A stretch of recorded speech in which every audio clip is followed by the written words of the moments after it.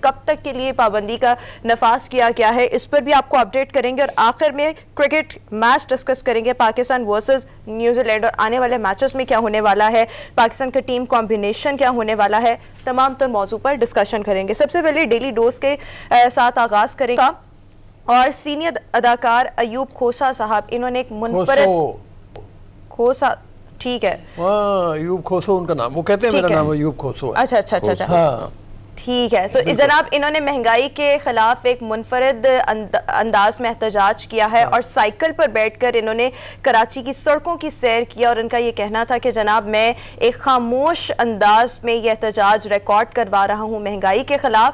اور اداکاری سے تو یہ وابستہ ہیں بہت عرصے سے, بٹ سیاست میں یہ متحرک ہوئے 2018 کی اگر بات کی جائے. پیپلز پارٹی کو ریپرزینٹ کرتے ہیں, اور بہت فیمس حلقہ جہاں سے اب فردوس شمیم نقوی صاحب کا وہ حلقہ کہلایا جاتا ہے. پاکستان تحریک انصاف نے فتح اپنے نام کی تھی, فردوس شمیم نقوی صاحب کے حلقے سے انہوں نے انتخاب لڑا تھا 2018 کے الیکشنز کی اگر بات کی جائے, اور 4تھ نمبر پر آئے تھے. سو یہ دیکھ رہے ہیں آپ کس طرح سے یہ ویڈیو آج کل سوشل میڈیا پر بھی آپ نے دیکھی ہوگی, یہ مہنگائی کے خلاف منفرد انداز میں احتجاج ریکارڈ کروا رہے ہیں. جی, ایوب کھوسو کے انداز ہمیشہ سے منفرد رہے ہیں, بڑے وہ ایکٹیوسٹ ہیں, جہاں پہ بھی کوئی مسئلہ ہوتا ہے ان کی آواز ضرور ہمیں سنائی دیتی ہے. تو یہ مہنگائی کا جو ہے یہ ایک لمبے عرصے سے ہم سنتے چلے آ رہے ہیں کہ مہنگائی میں کمی آئے گی, لیکن ابھی فوری طور پہ جو ہمارے پاس ہے فگر جو ہم دیکھ رہے ہیں, کسی پروڈکٹ کی قیمت میں 60% اضافہ ہوا ہے, کسی کی قیمت میں 80% اضافہ ہوا ہے, کوئی 70% کے اضافے سے بڑھ گئی ہے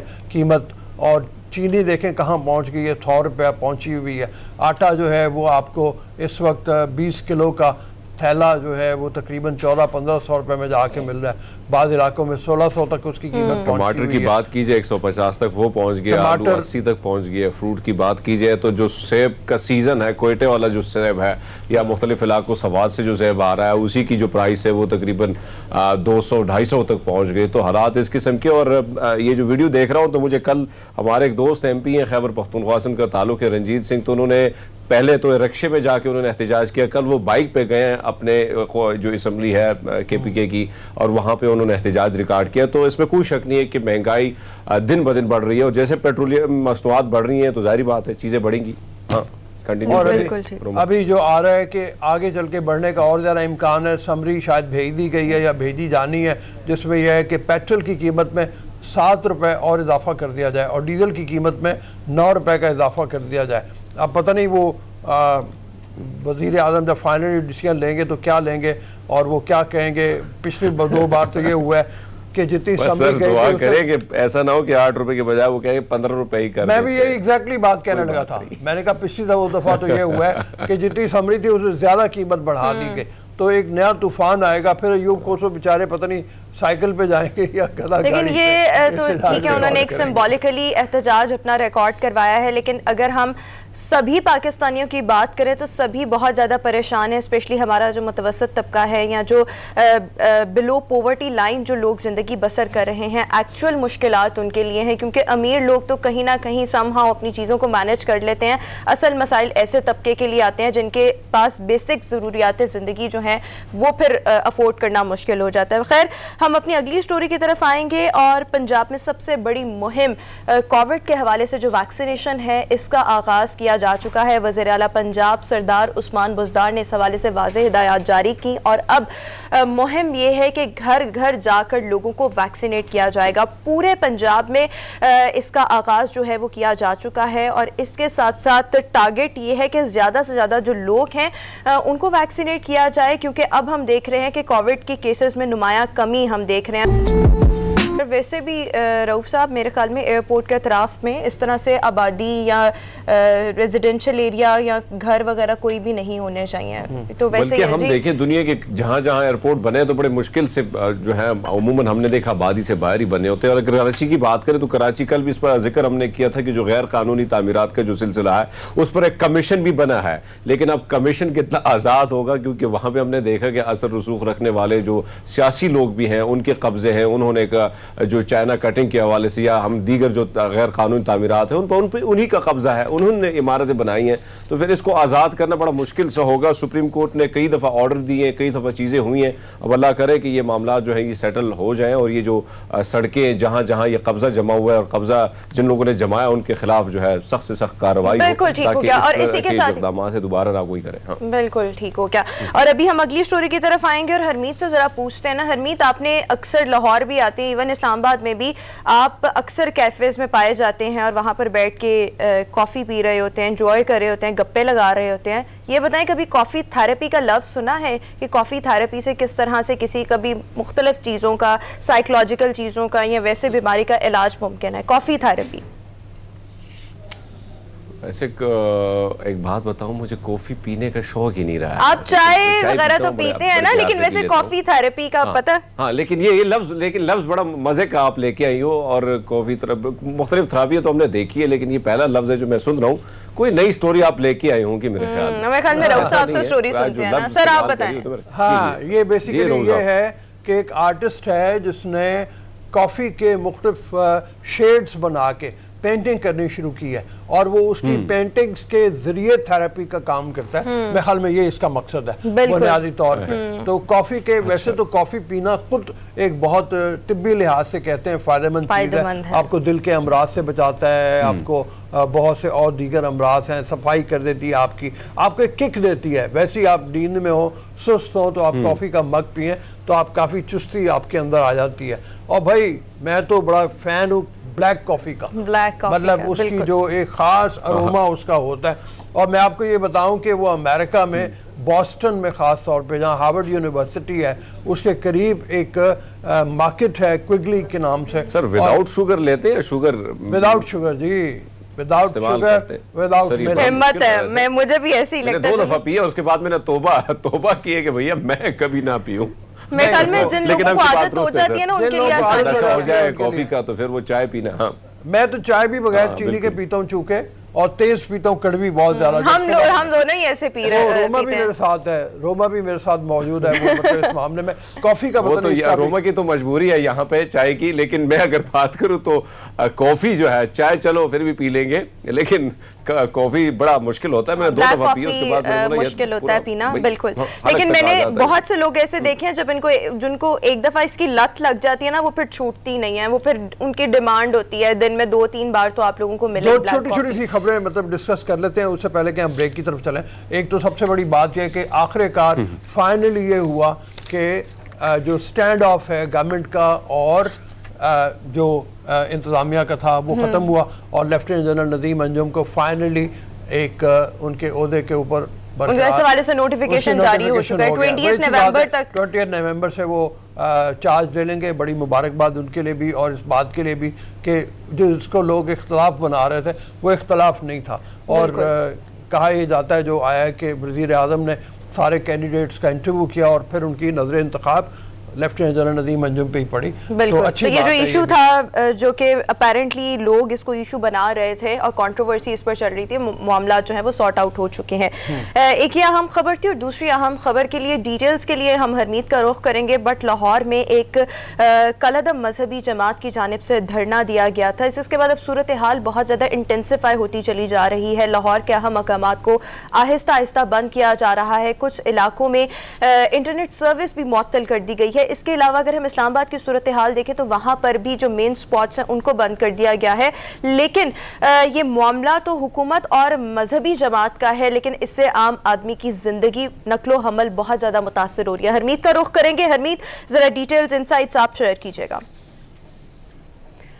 دیکھیں روما, اگر آپ نے قانون کی بے بسی اور ننگا ناچ اگر آپ نے دیکھنا ہے تو فیض آباد کا میں آ کے دیکھیے گا جو حالات ہیں, جس طرح مری روڈ کو بند کر دیا گیا اور جس طرح لوگوں کو تکلیف کا سامنا ہے. کیونکہ جو لوگ راولپنڈی کی طرف جانا چاہ رہے ہیں, جابز جن کی جابز ہیں یا اسکول یا کالج یونیورسٹی کی طرف, تو وہ بھی نہیں جا سکتے. جو راولپنڈی سے اسلام آباد کی طرف آنا چاہ رہے ہیں تو وہ راستے بھی بند ہیں, اور بڑی مشکل سے آپ کو اسلام آباد کی طرف آپ کے انٹرنس ہوتی ہے. اور ساتھ ساتھ اگر ہم کالم تنظیم کی بات کریں تو مختلف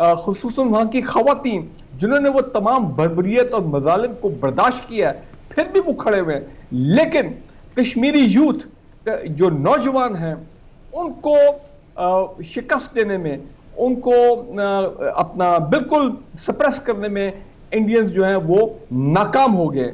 ریسنٹ ایگزامپل آپ دیکھ لیں، موسٹ ریسنٹ 3 دن پہلے جب پاکستانی کرکٹ ٹیم نے انڈینز کو شکست دی، تاریخی شکست T20 ورلڈ کپ میں، تو آپ دیکھیں کہ انڈین انلیگلی آکوپائڈ کشمیر میں کیسے کشمیری نوجوان جو ہیں وہ اٹھے ہیں اور انہوں نے پاکستان کے لیے آواز اٹھائی اور سیلیبریٹ کیا. اور جو کشمیری اسٹوڈنٹ نیو دہلی میں اور انڈین شہروں میں یونیورسٹی میں پڑھ رہے تھے، آپ نے دیکھی ہے وہ ویڈیو، کیسے ان پر تشدد ہوا، ان کو مارا گیا.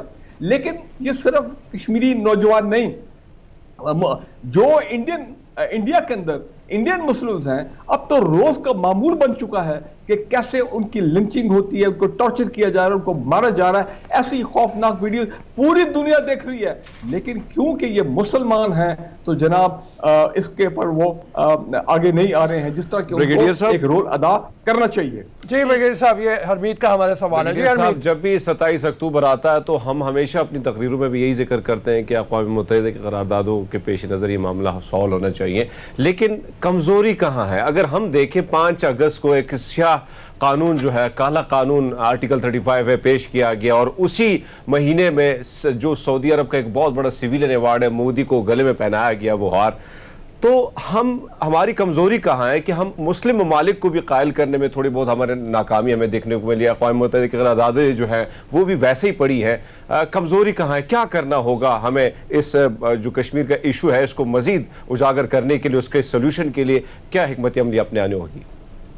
دیکھیں، مجھے بڑے افسوس سے کہنا پڑتا ہے کہ کچھ مسلمان ممالک ہیں جن کے اپنے ویسٹڈ انٹرسٹ ہیں، اکنامک انٹرسٹ ہوں، سیکیورٹی انٹرسٹ ہوں، پولیٹیکل انٹرسٹ ہوں، کہ وہ اب اس طرح کشمیر پہ بات نہیں کرتے جس طرح کو بات کرنی چاہیے.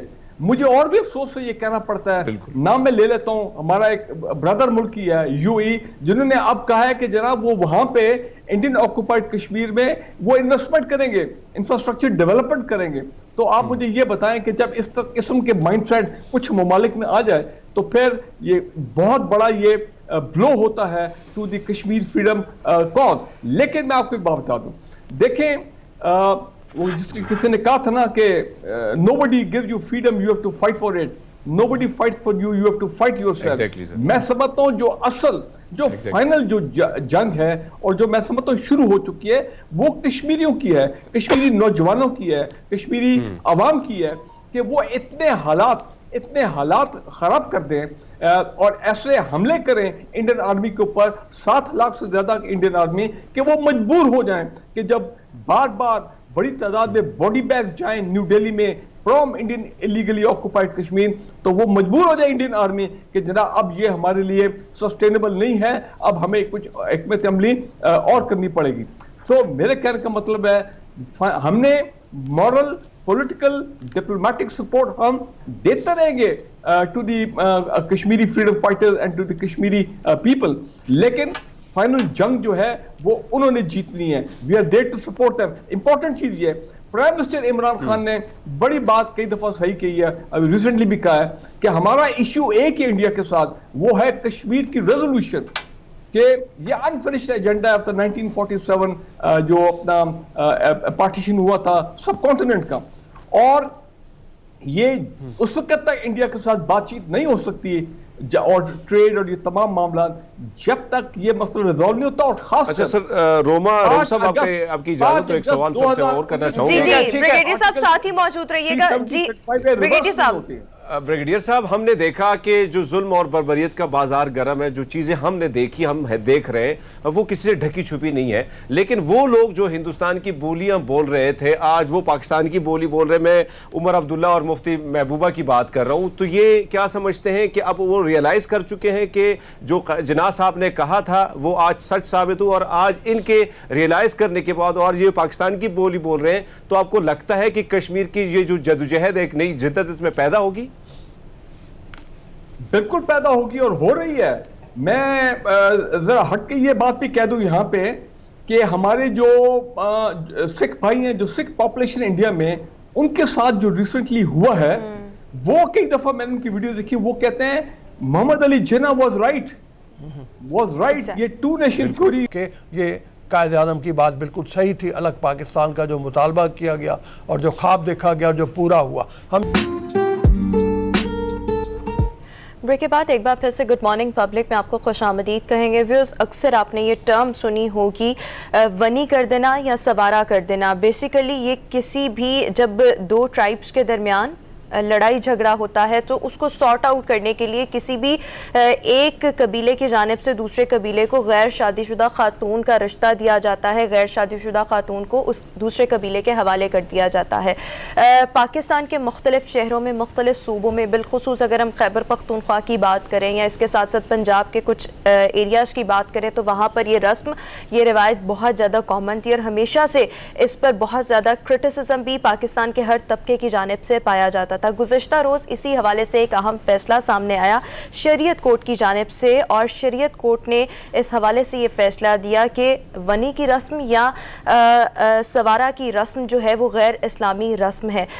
اس حوالے سے میرے خیال میں اگر ہم سب اپنی اپنی اوپینینز شیئر کریں تو پاکستان کا ہر طبقہ ہی جو سمجھ بوجھ رکھتا ہوگا, ہم اگر اپنی بھی رائے شیئر کریں تو میرے خیال میں اس فیصلے کو خوشائند قرار ہی دے گا. یہ اچھی بات ہے. روما, اصل میں یہ ہے کہ یہ ظلم بڑے عرصے سے جاری تھا, قبائلی رسم ہے, بہت ظلم ہوا ہے, اور یعنی کہیں بھی کوئی بھی قبیلے کی, فرض کیا کہ کسی لڑکی نے دوسرے قبیلے کے ساتھ چھپ کے شادی کر لی ہے یا قبیلے کی مرضی کے بغیر شادی کر لی ہے, والدین کی مرضی کے بغیر شادی کر لی ہے گروہوں میں, تو وہ آپس میں بیٹھ جاتے تھے قبائل, ان کا جگہ بیٹھ گیا یا ان کا پنچایت بیٹھ گئی, اور اس میں جو لڑکے کی بہن ہے جس نے مطلب اس طرح کیا ہوگا اس کی بہن کو ان کے حوالے کر دیا گیا, مطلب یہ بغیر اس سے پوچھے ہوئے. تو اس سے بڑا ظلم اور کوئی ہو نہیں سکتا تھا. اور اس حوالے سے تو ہمارے یہاں پر ریسنٹلی اگر ہم دیکھیں تو پاکستانی ٹی وی ڈراماز بہت زیادہ بنے جس میں اس کو دکھایا گیا اور اس کے خلاف جو اقدامات ہونے چاہیے تھے ان کو بھی سراہا گیا. اور ہم ایسے اکثر واقعات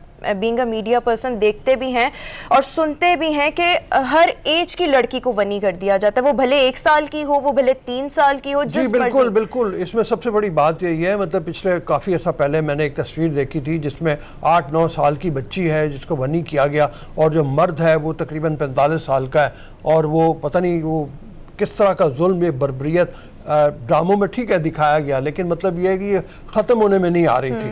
تو اس حوالے سے بڑا خوش آئند ہے, اس کو غیر اسلامی قرار دیا جائے. اس پہ قوانین تو پہلے سے موجود ہیں, لیکن اس بات کو, اس پیغام کو پھیلایا جائے جتنا زیادہ ہے, اور ان لوگوں کو ایجوکیٹ کیا جائے کہ اس طریقے سے یہ ظلم کرنا ہمیشہ, مطلب اس کو آپ بربریت ہی کہیں گے, اس کے علاوہ اور کوئی نام نہیں دے سکتے. تو ہمارے ساتھ موجود ہیں بالکل اسلامک آئیڈیالوجی کاؤنسل, اسلامی نظریاتی کاؤنسل کے ترجمان مفتی غلام ماجد صاحب. مفتی صاحب thank you so much, welcome to good morning public. مفتی صاحب, بہت اہم فیصلہ, بہت خوشائند فیصلہ شریعت کورٹ کی جانب سے سامنے آیا ہے. ہم نے بھی دیکھا, آپ نے بھی دیکھا کہ جو ونی کی رسم ہے, روایت ہے, یا جو سوارا کی رسم یا روایت ہے, اس کو غیر اسلامی قرار دیا گیا ہے. آپ کیا کہیں گے؟ بسم اللہ الرحمن الرحیم. واقعتاً خوش فیصلہ ہے. اس حوالے بہت پہلے سے یہ کہہ چکی ہے کہ یہ رسم قرآن سنت کے خلاف ہے, اسلامی احکام سے متصادم ہے. اس رسم کے اندر بہت سی شرعی خرابیاں پائی جاتی ہیں. میں نمبر 1 گنواتا ہوں, آپ کو بتاتا ہوں کہ کون سی شرعی خرابیاں اس کے اندر پائی جاتی ہیں. جی بالکل. سب سے پہلی خرابی تو یہ پائی جاتی ہے کہ ایک آزاد عورت, ایک آزاد مخلوق, اس کو آپ نے مال بنا دیا بدلے صلح. بدلے صلح میں عام طور پہ تو کوئی معاوضہ, کوئی مال دیا جاتا ہے.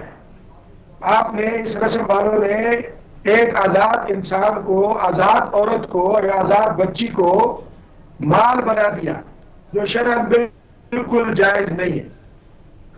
دوسری خرابی ہے, اگر وہ بچی تو بالغ بچی کا نکاح شریعت میں اس وقت جائز اور درست ہوتا ہے جب ولی بھی اگر نکاح کرائے تو اس کی مرضی کو نہیں بنا ہے.